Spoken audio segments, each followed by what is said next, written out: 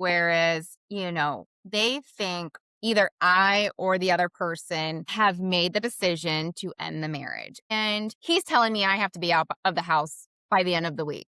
Mm. And you're in this spiral because you think what they say is law.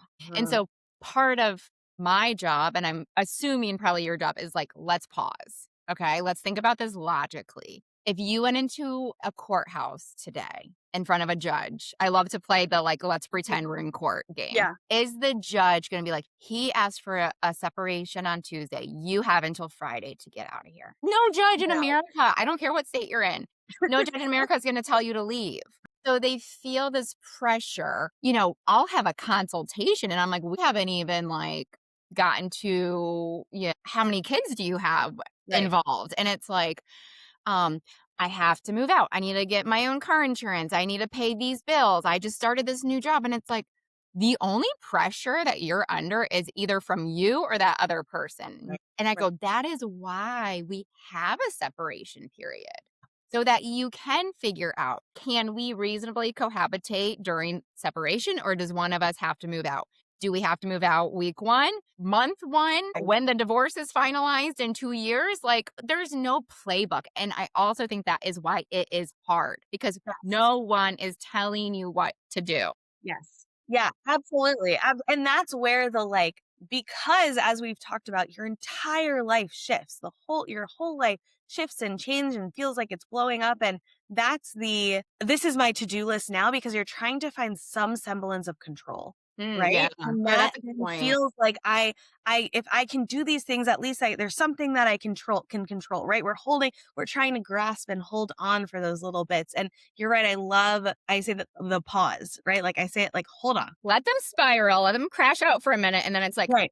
okay, And breathe and yeah, pause. we have to take a moment to pause, right? Like, and to sit and say, what is actually happening right now? What is it that I actually need to look at right now? Because all of these 8,000 things, sure, they're all important. Yes, we need to do that. And yet, like, what is going on in this exact moment? Do I need to just be here for a second and to breathe and to allow my brain to come back online because I was panicking? Do I need to Mhm. take some deep breaths? Do I need to take a cold shower? Like, how do I get myself back here in this spot so that I then can take that next step, whatever that next step might Right, be? right, and I love to be, my goal is to, like, be the friend or the support that I wish I had in Mhm. my divorce, and so I'm gonna treat you, it's like when you call your best friend to just, like, vent about your husband or your job or, whatever annoyance is going on, and they let you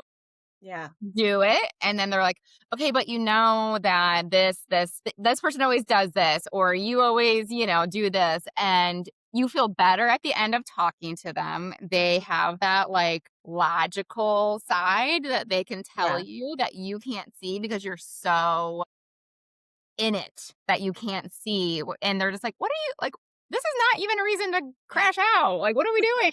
Yeah, it's so funny hearing you say that because I will often when I'm having consultations with people, I will say to them, I'm like, I will be there. I will listen to you. I will support you. I will validate you.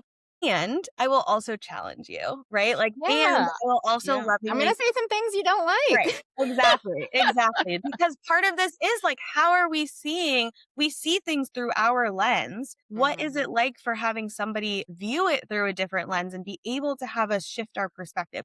That doesn't mean in every area, right? But there Mhm. is how are we going to lovingly challenge that Mhm. person so that they can grow in their perspective or whatever it is, right? So it is Mhm. that bolt of like, I'm going to hear you. I'm going to sit with you. I'm going to validate you. And like the acceptance of, and this is what's happening, right? Mhm. Or like, this might be the perspective that the other person has. I don't know. But like, would that change something if you knew that that was their perspective? Who knows, Yeah. right? But it allows us to shift the mindset just a little bit.